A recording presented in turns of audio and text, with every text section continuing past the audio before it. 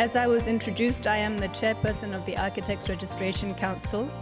I've been a council member for many years, and as chair, I've also been chair of registration. I've been responsible for the registration process for architects, architectural technologists, and draftsperson.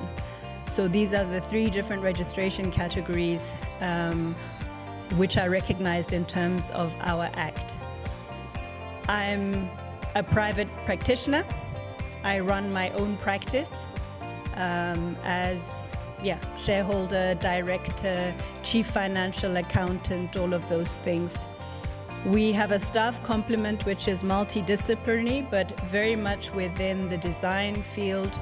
I applied to the Macintosh School of Architecture, where I did my undergraduate, and then I went to the Glasgow School of Art to do my postgraduate qualification in architecture. For the remainder of my 5 years of education, I was the only person of color. And as if Scotland was not cold enough, so I worked for 3 different practices in Norway over 8 years. All of them well-established large practices in Norway doing large-scale projects.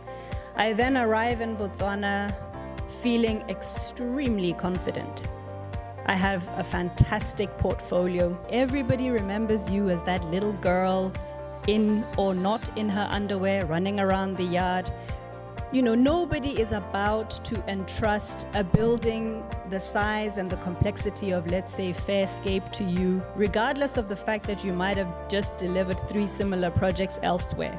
Someone asked me to join a panel of architects to go and visit different architectural schools to look at if those schools are delivering the training of architects in a proper way. I went on one visit, contributed positively, went on several visits, and then I was asked to join the committee for this organization, which is responsible for traveling around the world and assessing architectural education.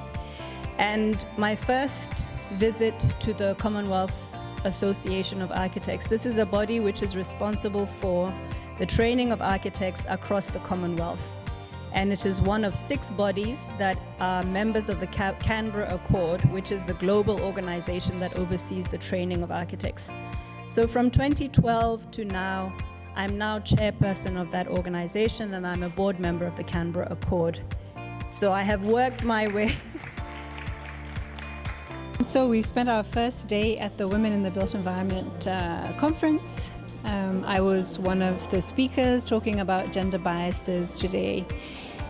Gender biases meaning what are the stereotypes around women in the built environment, and how are those stereotypes or perceptions a hindrance or a help to the development of women's careers within the built environment. I think this is an amazing conference. It is the start of an important conversation.